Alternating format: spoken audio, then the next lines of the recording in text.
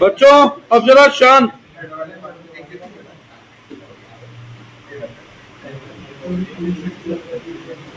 कल मैंने कहां तक करा दिया था? ठीक है, इससे में छोटा सा एक टॉपिक बचा है, वो करा करके फिर आगे बढ़ रहे हैं। टॉपिक बचा है प्राइस सीलिंग। क्या होता है?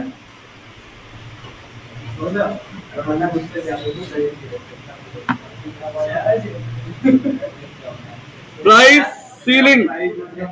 और सीलिंग मतलब छत। अरे क्या हो गया?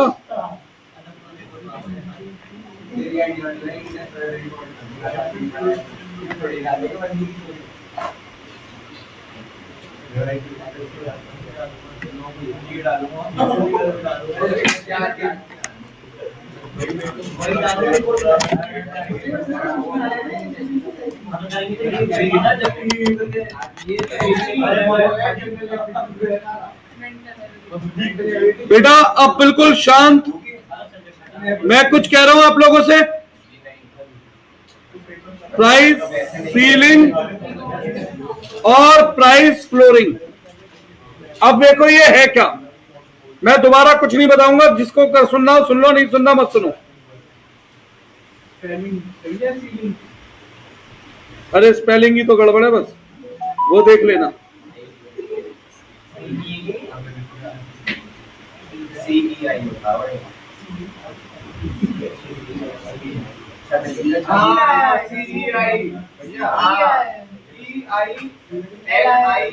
ठीक है, सुनो जो मैं बता रहा हूं उस पर ध्यान दो। मेरी स्पेलिंग वहां रखी मिलेगी, तुम्हें बस टिक करना है। देखो जैसे ये है डिमांड कर्व और ये सप्लाई कर्व। यहां पर गवर्नमेंट कह रहा हूं, बेसिकली मार्केट एक प्राइस तय कर रही है, इक्विलिब्रियम प्राइस। इस प्राइस पर लोग माल खरीदने को भी तैयार हैं और माल बेचने को भी तैयार हैं।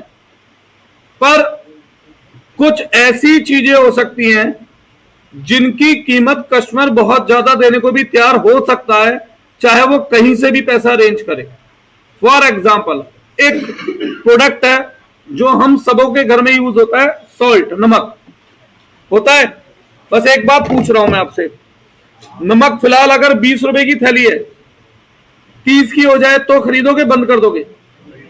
100 की हो जाए, 500 की, तो भी खरीदना पड़ेगा, उसके बिना खाना ही नहीं खा पाओगे। यानी नमक एक ऐसी कमोडिटी है जिसकी जो इलास्टिसिटी है वो नियर अबाउट निल है ना।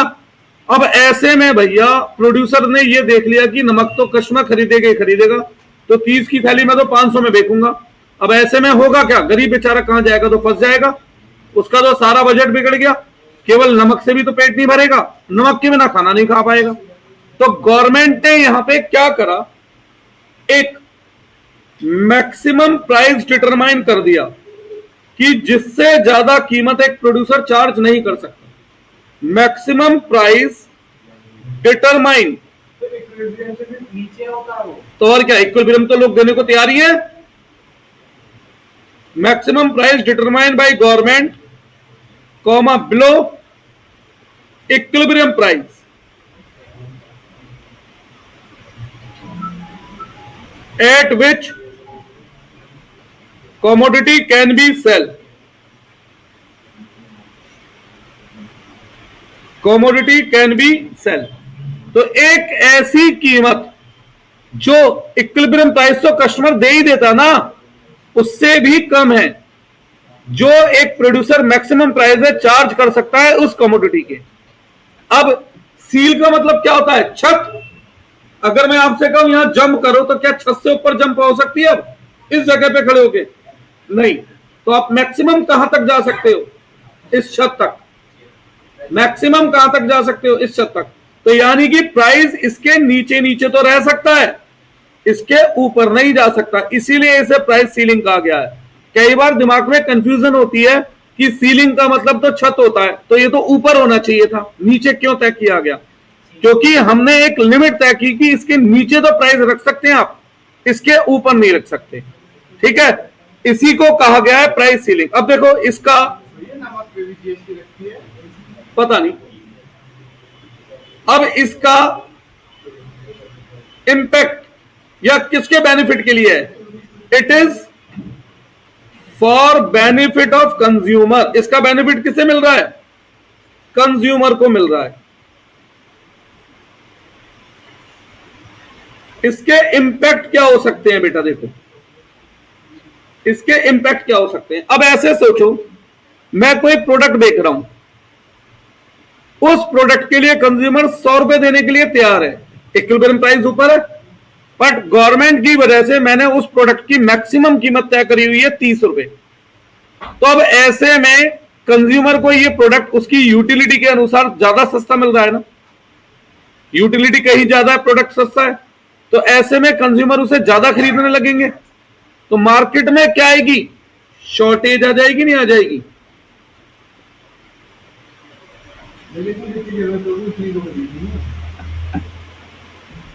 अभी दिवाली सेल आएगी फ्लिपकार्ट पे, जितनी जरूरत है उतना ही खरीदते हो? बताओ मुझे। आम घर में 1 किलो लगते हैं, सोच के गया था 50 रुपए किलो मिलेंगे, मंडी जाके पता लगा एक ठेले में 20 रुपए किलो मिले अच्छे आम, 1 ही किलो लाएगा ना फिर? तो ये तो इंसान की, मैंने आपसे क्या बोला, हमेशा याद रखो ह्यूमन बीइंग एक लालची इंसान है, हम लोग लालची होते हैं। जो चीज हमारे हिसाब से महंगी थी हमें सस्ती मिल रही है, तो हम उसे स्टोर। अब ऐसे समझो, कहने को देश में गैस सिलेंडर की कमी है, ठीक है, अरे ब्लैक में भी तो सिलेंडर जो खरीद रहा है कहीं से मिल रहा है, कमी है तो सिलेंडर आ कहां से रहा है? बस क्या है, वो पैनिक क्रिएट किया हुआ है। इस वक्त आदमी सोच रहा है महंगा मिले तो भी खरीद लूंगा, तो वो उसे उठा खरीद के क्या कर रहा है? स्टोर कर रहा है, इसलिए उसकी शॉर्टेज बनी है ना, शॉर्टेज। अब इससे मेरे जैसे लालची दुकानदार क्या करेंगे? भाई मेरे पास 100 कमोडिटी पड़ी है, मुझे पता है कस्टमर 100 देने को तैयार है, 30 में बेचने को सरकार कर रही है, तो मैं जानबूझ के दिखाऊंगा दुकान में 40 है, 60 गोडाउन में ब्लॉक करके रख दूंगा, और पर्दे के पीछे से उसे 100 रुपए कस्टमर देने को तैयार है। जब कस्टमर को मिलेगा ही नहीं वो माल, तो कस्टमर क्या करेगा? ब्लैक में भी खरीदने को तैयार होगा, तो पर्दे के पीछे से 100, 120, 130 में बेचने लगूंगा। ऐसा ही होता है। अरे ऐसे समझो, सरकार ने इकोनॉमिक वीकर सेक्शन के लिए घर निकाले 1 BHK बढ़िया जगह पर, मात्र कितने रुपए में? 6 लाख में, जिसमें 3 लाख 20 हजार सरकार दे देगी, कितने में? 280 में। अब ऐसे में ध्यान से सुनो, इसकी मार्केट वैल्यू 20 लाख है, पर प्राइस कैपिंग क्या की हुई है सरकार ने? 6 लाख। तो अब ऐसे में लोग क्या करते हैं? ब्लैक में 3, 4, 5 लाख रुपए देके भी उसे खरीदने की कोशिश करते हैं, नहीं करते? तो किसको ये वो देता है? ये ब्लैक मार्केटिंग को वो देता है बेटा, बढ़ावा देता है, ठीक है।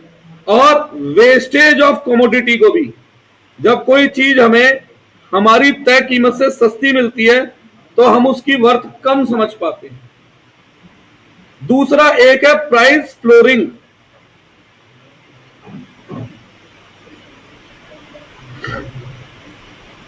प्राइस फ्लोरिंग, फ्लोर मतलब फर्श। मैं तुमसे कहूं जितना हो सके उतना नीचे बैठ जाओ, इस फर्श के नीचे बैठ सकते हो? नहीं, तो यानी कि इसके ऊपर तो रह सकते हो, इसके नीचे नहीं आ सकते। यह है इक्विलिब्रियम प्राइस। इस कीमत पे बेचारा किसान अपनी फसल बेचने को तैयार है, क्यों? सिर पे भैया जमींदार का डंडा है, उसका कर्जा चुकाना है, उसका ब्याज चुकाना है, तो वो सस्ते में देने को तैयार है। पर सरकार कहती है नहीं, ये प्रोडक्ट इतने में नहीं बिकेगा, ये महंगा बिकेगा, ये प्रोडक्ट महंगा बिकेगा। तो basically price fix by government above equilibrium price.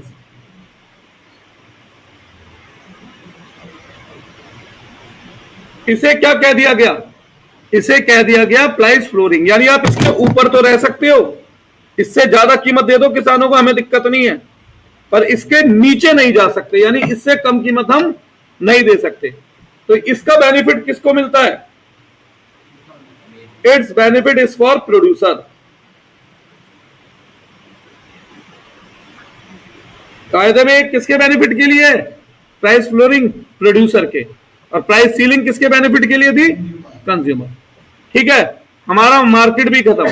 अब बचा है मैक्रो का लास्ट चैप्टर, इंट्रोडक्शन, पहला चैप्टर। एक्चुअली में माइक्रो का पहला चैप्टर जो है उसे मैं एंड में करा रहा हूं। हाँ जी, फिर आज आपको मिल जाएंगे 200-250 क्वेश्चन। पहले आप कर लेना, एक बार मैं डिस्कस कर दूंगा, उसके बाद माइक्रो का टेस्ट रख लेंगे।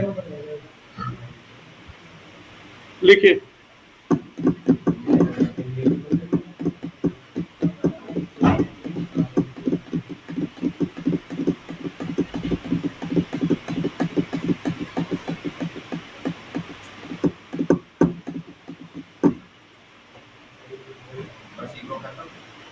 अभी चैप्टर करा रहा हूं भाई, मैंने क्या बोला तुमसे? और शेयर रिवाइज करके आए हो नहीं?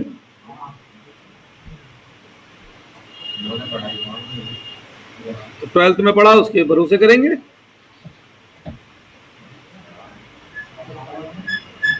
बच्चे तो और भी हैं जिनके पास पढ़ने का मौका था पर उन्हें बर्फ खानी दी ज्यादा। कसौल तो बदनामी उसके लिए है, ड्राई नशे, सूखे नशे के लिए है ना।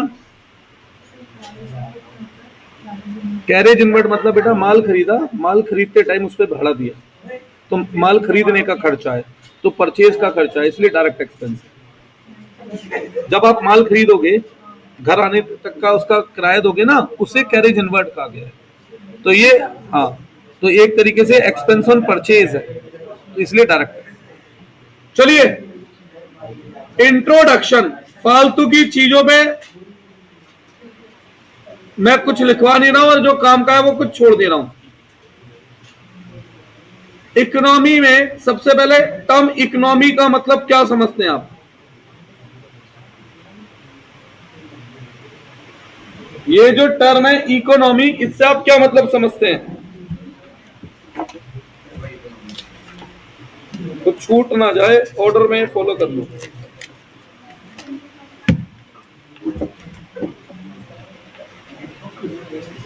हाँ जी, अच्छा छोड़ो, सुनो, आपकी मदर घर पे खाना बना रही है, कितने पैसे दे रहे हो आप उन्हें? क्या मेहनताना दे रहे हो? तो क्या वो जो खाना बना रही है वो अपनी जीविका कमाने के लिए बना रही है? अपने घर के सर्वाइवल के लिए बना रही है? नहीं, वो बना रही है due to natural love and affection, क्योंकि उन्हें चिंता है आपकी कि आप बाहर का खाना खा के तबीयत ना खराब कर लें। अच्छा, आपकी मदर ही किसी होटल में शेफ हो, नौकरी कर रही हो, वहां खाना बना रही है, तो वो क्यों बना रही है वहां खाना? कमाई करने के लिए, अपने लिविंग्स को अर्न करने के लिए, अपनी फैमिली के सर्वाइवल के लिए। तो दो तरीके की मैंने एक्टिविटी बताई, दोनों में आपकी मदर खाना बना रही है, पहली और दूसरी में डिफरेंस क्या है? मेन कौन सी एक्टिविटी इकोनॉमिक है? मतलब जहां पे अर्न कर रहे हैं। अरे तो यार, इकोनॉमी शब्द का मतलब छोटा सा ही तो है, how people earn their living. इस स्टडी को ही हम क्या कहते हैं? इकोनॉमी कहते हैं, अर्न देयर लिविंग। ठीक है, that is any activity which create any addition of goods and service in the economy।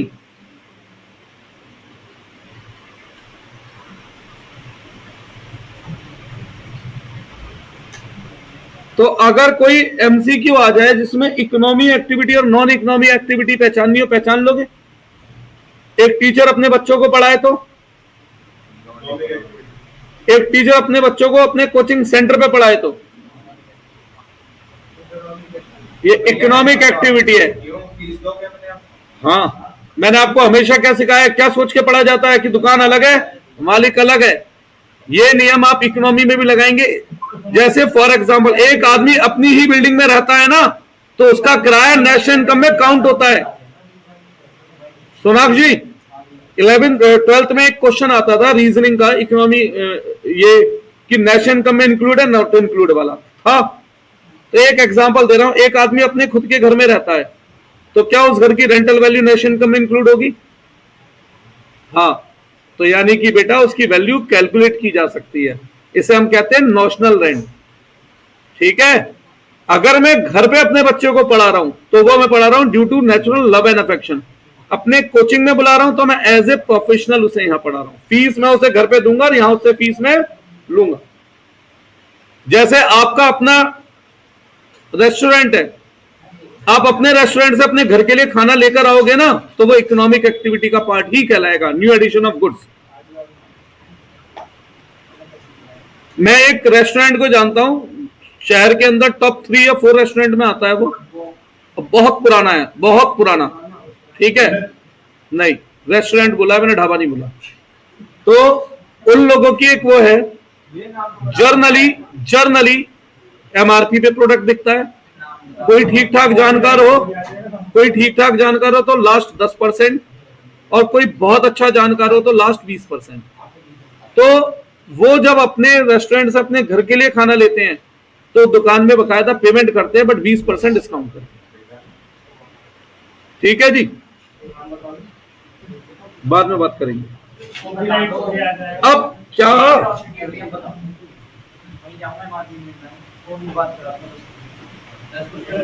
मेरे से करा देगा तो बीसी मिल जाएगा। अरे उड़पिया, type of economy.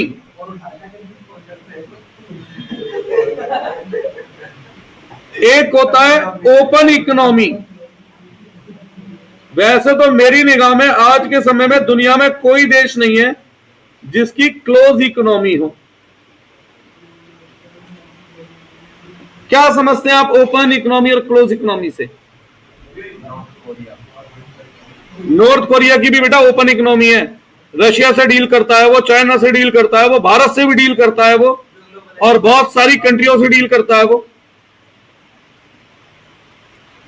Close economy means any economy which has no international transaction, that's it. अब ऐसा कोई देश मेरे ख्याल से दुनिया में है नहीं। हो सकता है किसी टापू पे समुद्र के बीच जो दुनिया की निगाह में ना हो, वहां कोई आदिवासी बसे हो, भैया वो अंदर ही अंदर जो भी है अपना उगा रहे हैं, खा रहे हैं, या जानवरों को मार रहे हैं, खा रहे हैं, जो भी उनकी डीलिंग हो, वो दुनिया से दूर है। ना दुनिया उन्हें जानती है, ना वो जानते हैं कि इसके अलावा और कोई दुनिया, तो बात अलग है। अदरवाइज जिन देशों को हम जानते हैं, पहचानते हैं, ऐसी कोई इकोनॉमी आज के समय पे नहीं है जो क्लोज इकोनॉमी कहलाए। क्लोज इकोनॉमी किसे कहते हैं? The economy which has no international transaction। अब आप बताओ, आपकी निगाह में है कोई ऐसी इकोनॉमी? लोगों को गलत फहमी है कि किम जोन वाला जो कोरिया है वो क्लोज इकोनॉमी है। नहीं बेटा, जितने भी ऐसे देश है जहां पर सोशलिस्ट इकोनॉमी है, वो सभी देश आपस में ट्रेड करते हैं। और किम जोन वाले कोरिया की भी सोशलिस्ट इकोनॉमी है, चाइना की भी, रशिया की भी, और ऐसे और भी बहुत सारी कंट्रियां होंगी। तो ये क्लोज इकोनॉमी नहीं है। ओपन इकोनॉमी, द इकोनॉमी, मैं बहुत लंबी थ्योरी नहीं लिख रहा हूं, बस वो काम की लिख रहा हूं जो एमसीक्यू क्रैक करा है। विच हैज इंटरनेशनल ट्रांजैक्शन, बस। अब है जब पाकिस्तान जैसे बर्बाद देश की भी इंटरनेशनल ट्रांजैक्शन हो सकती है, तो सभी की हो सकती है। ठीक है ना। अब आगे बढ़ने से पहले एक बात और बताता हूं, टाइप ऑफ इकोनॉमिक सिस्टम।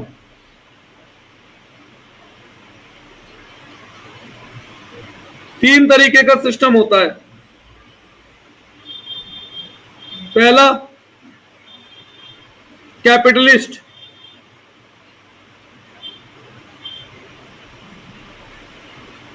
दूसरा सोशलिस्ट,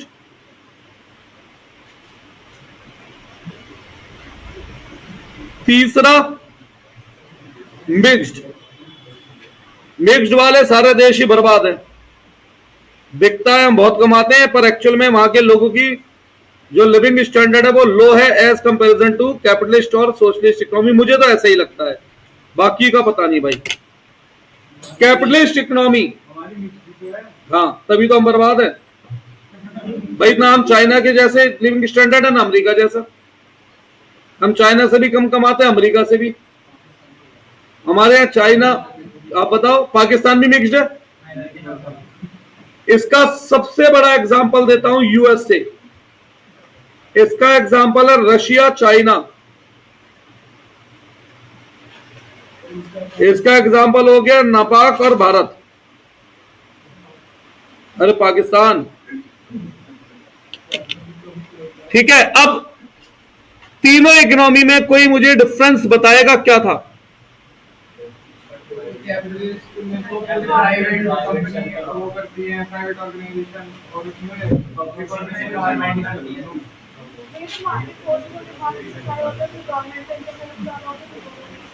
देखो, सबसे पहली बात, यहां पर जो फैक्टर ऑफ प्रोडक्शन है are own and control bye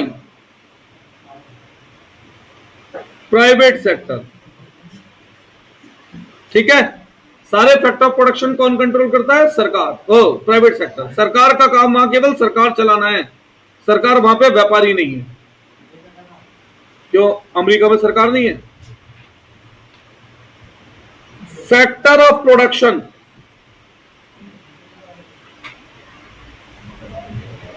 are own and control by government sector. ठीक है, factor of production are shared by government and public sector, private sector. ठीक है बेटा। अच्छा एक बात बताओ, 3 फोन का एग्जांपल देता हूं या 3 पॉइंट पूछ रहा हूं। चलो, आपके हिसाब से यहां पे सबसे महंगे प्रोडक्ट किसके होते हैं? यूएसए के। क्यों? अरे भैया प्राइवेट सेक्टर है, धर्मशाला खोल के ना बैठा है, कमाई करने के लिए बैठा है वो, है ना। सबसे घटिया सस्ते प्रोडक्ट किसके होते हैं?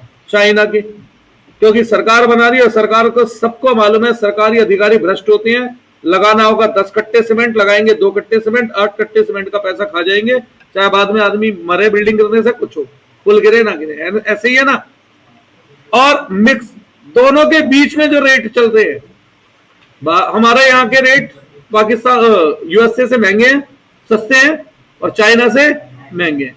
ऐसे ही है। सबसे बेहतरीन प्रोडक्ट किस कंट्री के हैं? यूएसए के। सबसे घटिया प्रोडक्ट चाइना के। और मॉडरेट, जितनी कीमत दे रहे हो वैसे ही प्रोडक्ट मिल रहा है। ठीक है, तो हम कह सकते हैं यहां पर प्राइस क्या होते हैं? हाई होते हैं, या प्राइस लो होते हैं। और यहां पर 2 बातें हैं भाई, जो प्राइवेट सेक्टर माल बेच रहा है वो महंगा है, जो सरकार गवर्नमेंट सेक्टर माल बेच रहा है वो सस्ता है। तो सर्विस में भी फर्क है। फॉर एग्जांपल एयरटेल और बीएसएनएल, दोनों की सर्विस में भी फर्क है। यहां पर प्राइस डिटरमाइन कौन करता है? Price determine by market force of demand and supply, that is, इसे हम कहते हैं प्राइस मैकेनिज्म। क्या बोलते हैं इसे? Price mechanism. यहां पर प्राइस कौन डिटरमाइन करता है? Determine by government according to its object.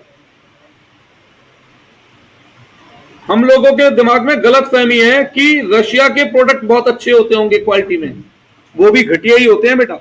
एक एग्जांपल दूं, हमारे देश में जब कोरोना की वैक्सीन बनी थी तो कुछ हैं नेता जिन्होंने भारत की वैक्सीन का मजाक बनाया था, विरोध करा था कि हम तो रशिया की लगवाएंगे, स्पुतनिक कुछ आनी थी, है ना। बाद में पता लगा स्पुतनिक फेल वैक्सीन हो गई। जिन्हें स्पुतनिक लगी उन्हें कोविड दोबारा से हुआ। China fail, Russia fail. Indian vaccine कामयाब हुई थी और इंडिया ने शायद 70-80 कंट्रियों को ये वैक्सीन एक्सपोर्ट भी की थी। ठीक है, रीजन बता सकता है कोई? भैया गवर्नमेंट सेक्टर काम कर रहा है, पानी भर भर के भी वैक्सीन दे दी गई थी स्पुतनिक में और चाइनीज वैक्सीन में। तो बेटा वैक्सीन के नाम पे पानी भरा और खेप भी सस्ते रेट में दूसरे बेचारे गरीब देशों को। ये हालत थी इनकी, इसलिए वो फेल हुई। कारण गवर्नमेंट अधिकारी है तो भैया बेईमानी तो होगी थोड़ी बहुत वहां। और यहां पर दोनों की फीचर आ गए। भाई प्राइवेट सेक्टर किसके लिए काम करता है? प्रॉफिट के लिए, तो वो प्राइस मैकेनिज्म पे जाएगा। गवर्नमेंट अपने उद्देश्य के लिए काम करती है तो वो उस हिसाब से तय करेगी। क्या पानी आने वाला होगा बेटा? 1 मिनट रुक जाओ, फोन करना। यहां पर हाई क्वालिटी प्रोडक्ट है, हाई क्वालिटी प्रोडक्ट है और कंज्यूमर के पास चॉइस भी है। अब मैं आपको 3 कंपनियों के नाम बताता हूं म्यूजिक की, बॉस, मार्शल, जेबीएल। जेबीएल हम गरीबों के लिए सबसे अच्छा स्पीकर है, पर एक्चुअली में जेबीएल सबसे अच्छा स्पीकर नहीं है। सबसे नंबर 1 पे आता है बॉस या मार्शल, इनके बीच में कंपैरिजन रहता है। ठीक है, बॉस अपनी कुछ चीजों के लिए जाना जाता है, मार्शल अपनी। ये दोनों प्रोडक्ट किसके हैं? ये दोनों प्रोडक्ट हैं अमेरिका के। और एक चीज नोटिस करना, जेबीएल की कीमत में और बॉस की कीमत में बहुत फर्क है। जिस ग्रेड का जेबीएल का स्पीकर 5,000 का है, उस ग्रेड में बॉस में 20,000 का स्पीकर आता है। ठीक है, यहां पर क्वालिटी लो ही होती है जनरली, और कंज्यूमर हैव नो चॉइस। जो सरकार ने बना दिया वही आपको खरीदना पड़ेगा। और यहां पर सेम भाई मिक्स व्यूज है। भाई प्राइवेट सेक्टर है तो हाई क्वालिटी और गवर्नमेंट सेक्टर है तो लो क्वालिटी। आप इससे ही समझो ना कि भाई बिल्डर होते हैं, जो सरकारी फ्लैट बने होते थे उनकी दीवारें झड़ती हैं, रेत रेत वैसा है। और जो प्राइवेट बिल्डर होते हैं भाई वो थोड़े ढंग के डिजाइन और थोड़े ढंग के काम करके देते हैं, जैगवार की फिटिंग वगैरह भी दे देते हैं। ऐसे ही होता है ना। ये एमसीक्यू हो जाएगा इससे आराम से, बहुत है एमसीक्यू। अब आगे बढ़ते हैं। 1 मिनट को पहले उसे फोन करो।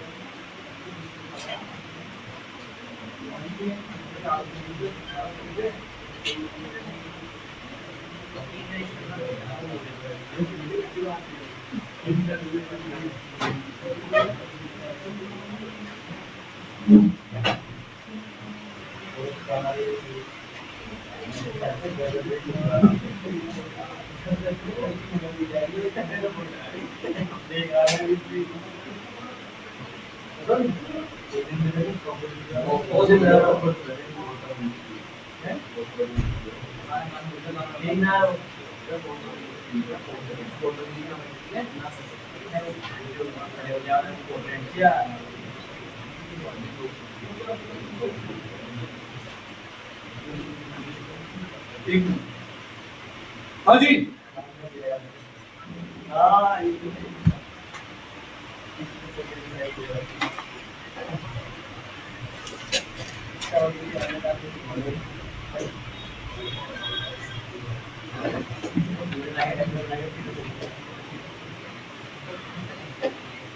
एक बताता हूं बेटा, फैक्टर ऑफ प्रोडक्शन।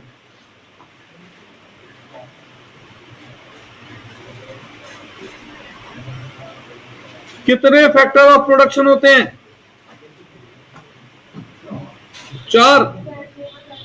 कौन कौन से 4?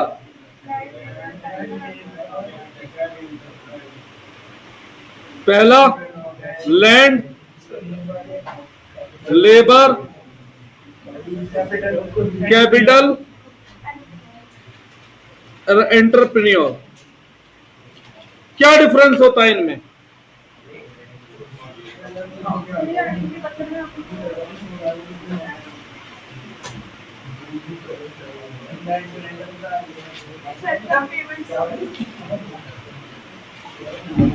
बोलो।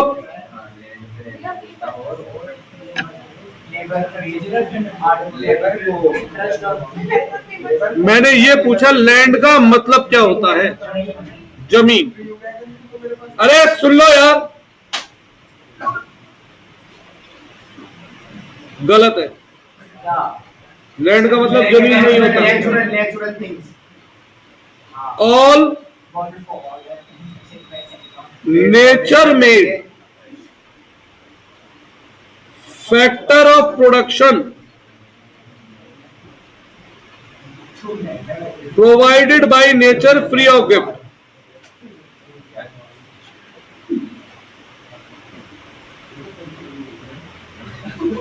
फॉर फ्री लिख दो।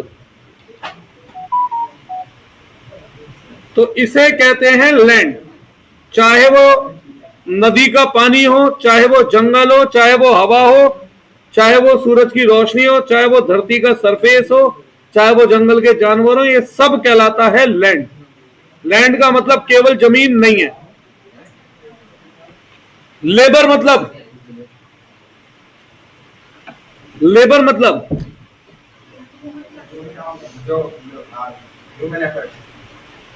All human efforts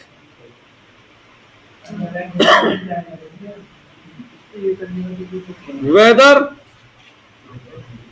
mental effort और फिजिकल एफर्ट।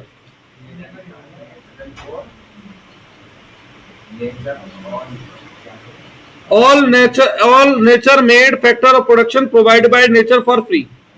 हाँ जी, लेबर मतलब क्लियर है। चाहे वो कोई भी इंसान, चाहे वो 10 करोड़ रुपए महीना की तनख्वाह ले रहा हो और चाहे वो दिन के 100 रुपए की दिहाड़ी कर रहा हो, सब लेबर में आएंगे। All human efforts. कैपिटल मतलब क्या है? क्या? Investment.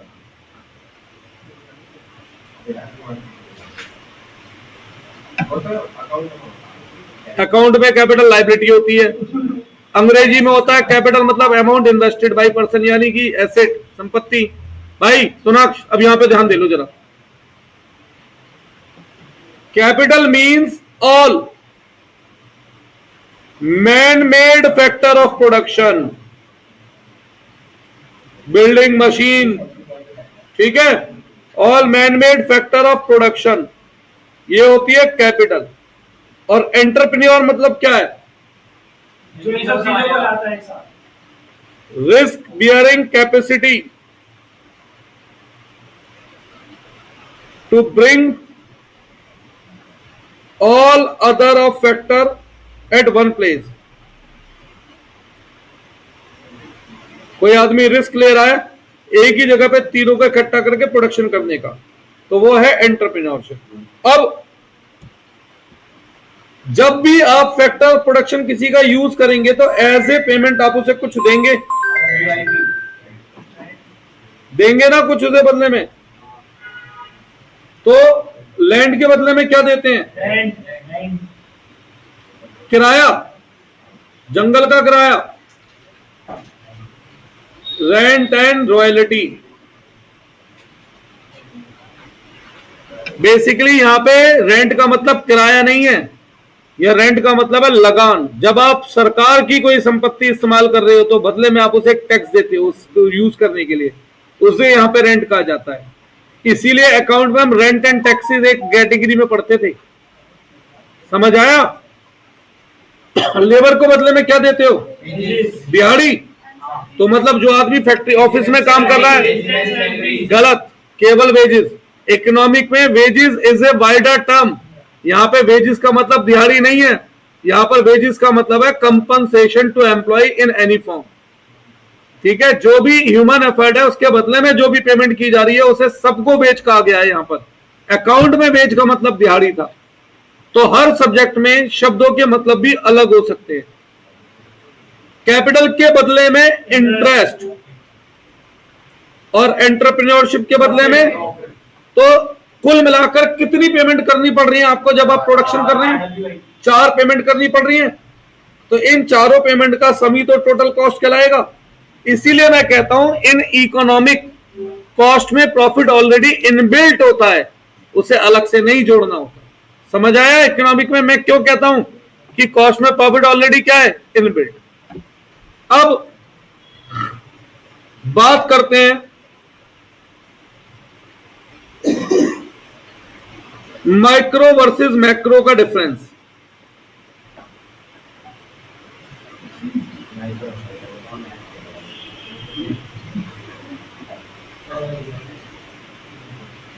Tiny element of economy,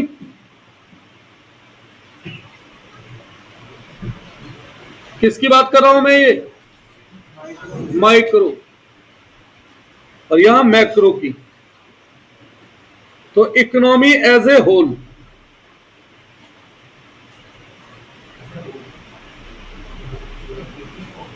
यहां पर हम क्या बात करते हैं?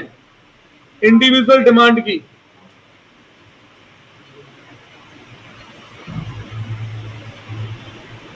इंडिविजुअल सप्लाई की,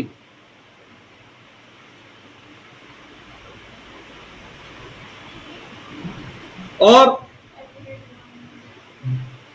ए प्रोडक्ट की,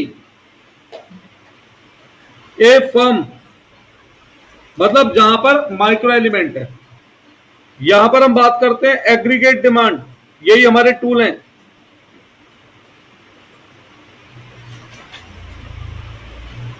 एग्रीगेट सप्लाई, मैं बड़ी बड़ी थ्योरी जानबूझ के नहीं लिख रहा हूं, मैं एमसीक्यू को बस क्रैक करनी है, उतना ही हिस्सा। इसे हम प्राइस डिटर्मिनेशन थ्योरी भी कहते हैं।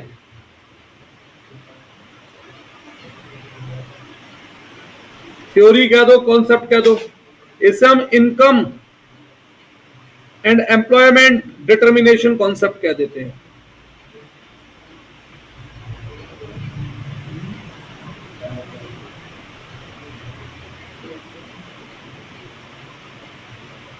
लिखो इसे, कुछ टॉपिक नहीं छूट जाए, बस ये सोच रहा हूं।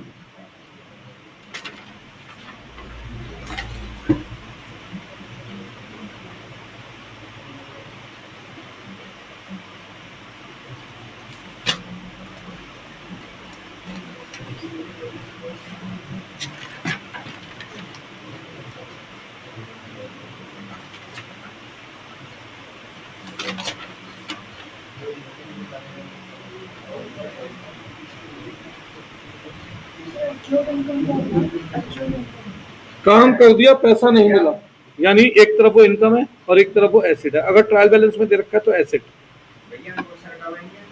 12:30 रहेंगे, वो नहीं करवाना तुम्हारा टेस्ट वगैरह, वो लड़का भी आएगा जिससे ऐप बनवाई है। एक जना और आएगा जिसके थ्रू करवाई। आगे बढ़े। एक सुना होगा पॉजिटिव इकोनॉमी,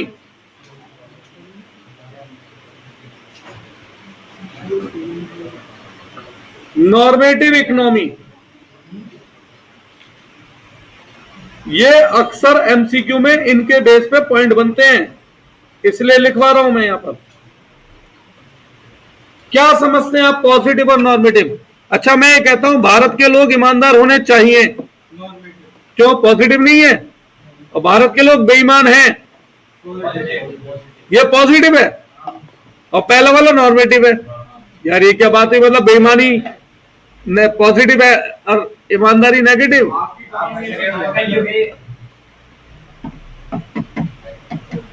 बोलो। पॉजिटिव का मतलब होता है क्या है, बस अच्छा है या बुरा है, जैसा भी है, दैट इज फैक्ट। क्या है वो पॉजिटिव। भारत की जनसंख्या 150 करोड़ है, पॉजिटिव। भारत की जनसंख्या कम होनी चाहिए, नॉर्मेटिव। व्हाट शुड बी, तो यही की लाइन है जिससे हम पहचानेंगे ऑट टू बी।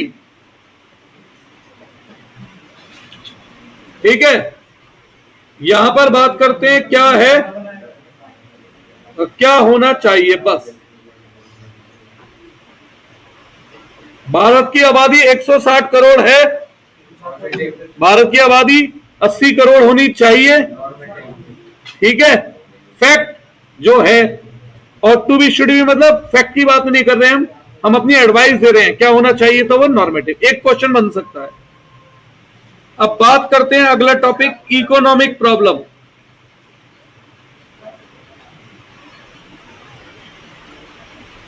क्या समझते हैं आप इस टर्म से, इकोनॉमिक प्रॉब्लम से?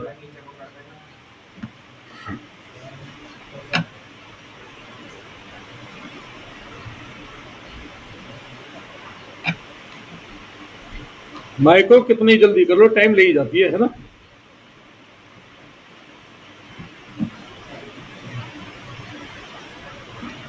वो ज्यादा है इसमें, मैं तो फिर भी कम टाइम में लेगी। ये इंडियन लेगी, इंडियन में तो बहुत पॉइंट्स है, मैंने कोई नहीं लिखा। अरे वो तो मैं लिख के भी दे सकता हूँ ना, वो तो मैं तुम्हें लिख के भी दे सकता हूँ, वहां टेक्निकल पॉइंट नहीं है ना। लेकिन इकोनॉमिक प्रॉब्लम क्या था बेटा? इकोनॉमिक प्रॉब्लम बिल्कुल गलत है। अरे कोई तो भैया बता दो यार क्या थी। नहीं, वो भी तो यही कह रहा है। इकोनॉमिक प्रॉब्लम बस एक छोटी सी प्रॉब्लम होती है, प्रॉब्लम ऑफ चॉइसिंग। अच्छा, व्हाट टू प्रोड्यूस और ये अलग है, दैट इज मेकिंग चॉइस।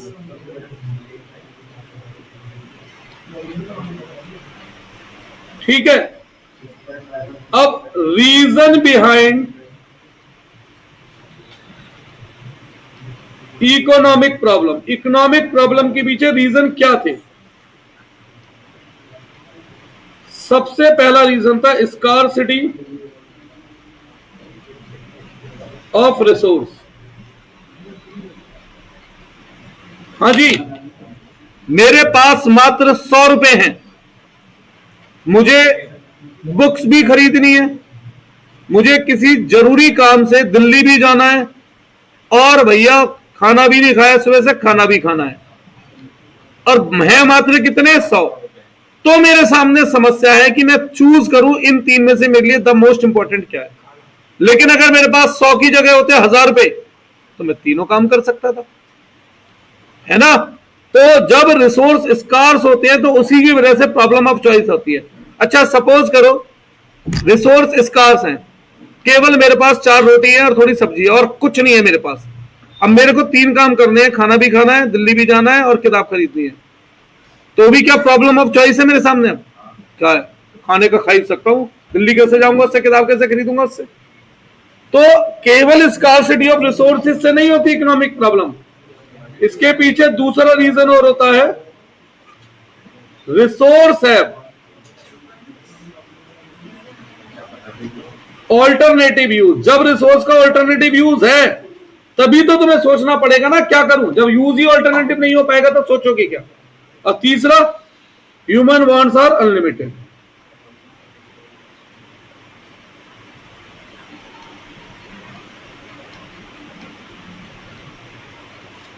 ये है इकोनॉमिक प्रॉब्लम। बहुत है, इतना डीप थ्योरी जाने की कोई खास जरूरत इसमें नहीं है। अब ये इकोनॉमिक प्रॉब्लम किसे रिजल्ट देती है? ये रिजल्ट देती है सेंट्रल प्रॉब्लम को। It give birth to central problem. अब ये सेंट्रल प्रॉब्लम क्या है? अब यही तो बस याद है 11वीं को, और याद ही क्या है, व्हाट टू प्रोड्यूस नहीं, हाउ टू प्रोड्यूस। और तीसरा, फॉर whom टू प्रोड्यूस।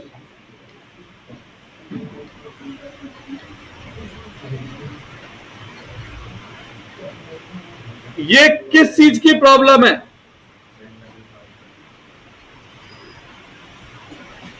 लिखने को तो मैं इसमें लंबा चौड़ा पैराग्राफ लिख सकते हैं, ऐसे भी लिख सकते हैं व्हाट टू प्रोड्यूस पे, पर आपके हिसाब से बेसिकली अगर मुझे एमसीक्यू के हिसाब से बहुत शॉर्ट में लिखना हो तो ये कायदे में क्या समस्या है हमारी?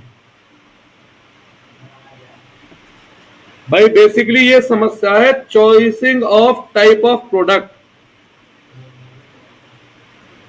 किस तरीके का प्रोडक्ट बनाएं। फॉर एग्जाम्पल डिफेंस गुड्स बनाएं या फूड ग्रेन, डेवलपमेंट गुड्स बनाएं भैया, या फिर क्या नाम है ऐसे गुड्स जो कंज्यूमेबल गुड्स हो।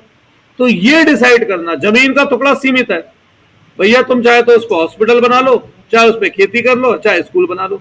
अब टुकड़ा सीमित है तो तुम्हारी प्रायोरिटी पे क्या आता है ये सोचना, या उसको इस तरीके से यूज करना कि सारी जरूरत तो पूरी नहीं हो सकती, पर थोड़ी थोड़ी सब जरूरत पूरी हो जाए। तो यही है what to produce. How to produce किस चीज की प्रॉब्लम है? Making choice of technology of production. क्या बेटा? बेटा मैं वीएसटी नहीं पढ़ा रहा, बाकी जो इसका सॉल्यूशन है उसके अंदर मैं शब्द लिखवाऊंगा इफेक्टिवली। क्या क्या बोला था आपने? वो क्या एफिशिएंसी, कि हम कुछ रिसोर्सेज को इस तरीके से यूज करें कि ज्यादा से ज्यादा बने। तो बस प्रॉब्लम में कोई ना, वो तो सॉल्यूशन में आएगा ना बेटा। Making choice of technique of production. भाई टेक्निक दो तरीके की होती है, कौन कौन सी? कैपिटल इंसेंटिव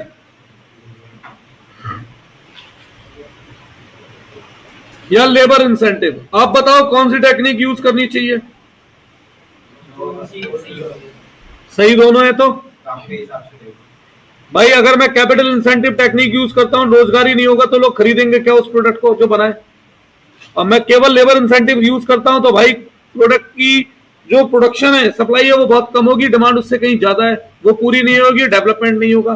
तो बैलेंस बनाना है सरकार को कि भाई मजदूरों को भी काम देना है और मशीनों को भी इस्तेमाल करना है।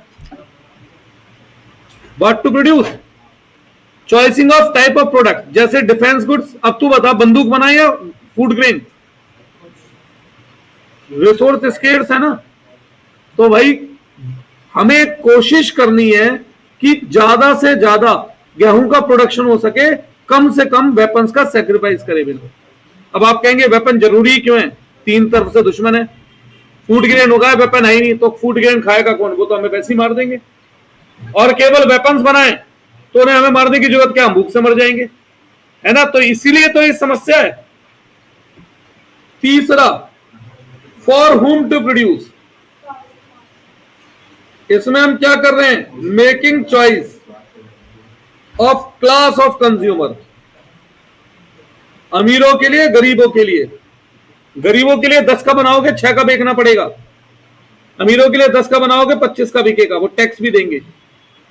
तो भैया एक बैलेंस बना के चलना पड़ेगा। अपने रिसोर्सेज को डिस्ट्रीब्यूट करेंगे कि हमारे देश के रिसोर्स पे अमीरों का भी हक है, गरीबों का भी। तो इतने रिसोर्स से अमीरों के लिए बनाएगा, इतने रिसोर्स से गरीबों के लिए। और वैसे भी जब हम अमीरों के लिए प्रोडक्शन करेंगे, वहां से जो टैक्स आएगा उसी को से तो गरीबों को सब्सिडी देंगे हम, ठीक है ना।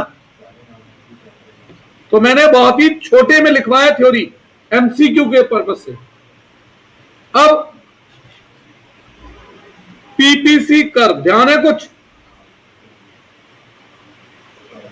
फुल फॉर्म क्या थी?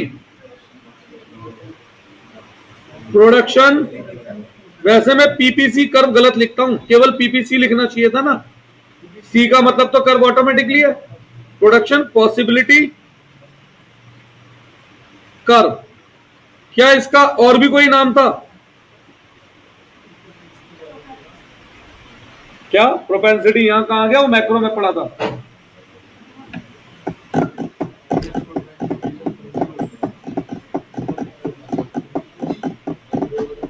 ये साथ के साथ घर पे पढ़ लिया करो जितनी थ्योरी समझा के। ये लास्ट चैप्टर है, हाँ, माइक्रो का लास्ट है, पर इसमें है कुछ पढ़ने लायक। बस पीपीसी का मतलब बता दूं, क्योंकि इसके अंदर प्रॉपर्टीज पे कल जाएंगे। क्या? Production possibility frontier. तो ये क्या है? ये एक ग्राफ है। सपोज करो इकोनॉमी दो तरीके के गुड्स बनाती है, तो ये ग्राफ हमें क्या बताता है? वो डिफरेंट कॉम्बिनेशन जो इकोनॉमी प्रोड्यूस करती है ना। It is a graphical representation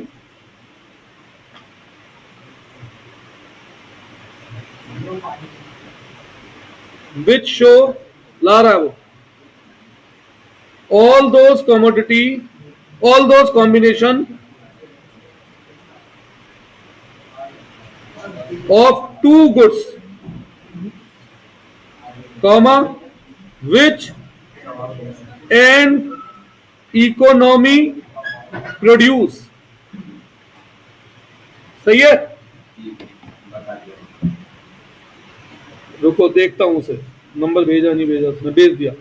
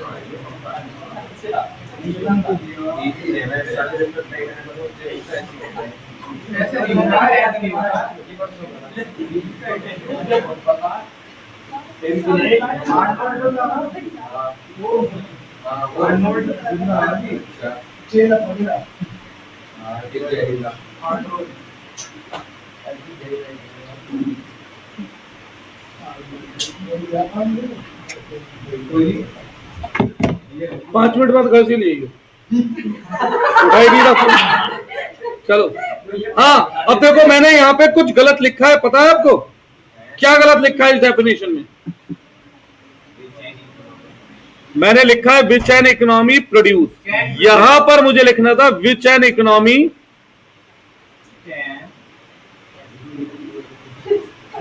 can produce.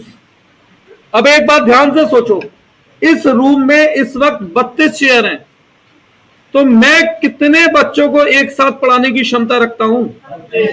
क्या एक्चुअली में मैं इस वक्त 32 बच्चे पढ़ा रहा हूं? नहीं, जो मैं पढ़ा रहा हूं वो अलग है, जो कर सकता हूं वो अलग है। तो पीपीसी कर्व हमें एक्चुअल प्रोडक्शन नहीं बताता,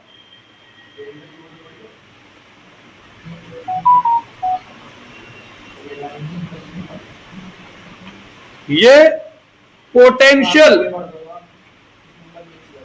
प्रोडक्शन बताता है। पोटेंशियल मतलब हमारी क्षमता। ठीक है, चलो कल मैं इसे बिल्कुल एंड कर दूंगा, फिर 2 दिन 250-300 क्वेश्चन देता हूं, वो करेंगे। अरे पूरी माइक्रो के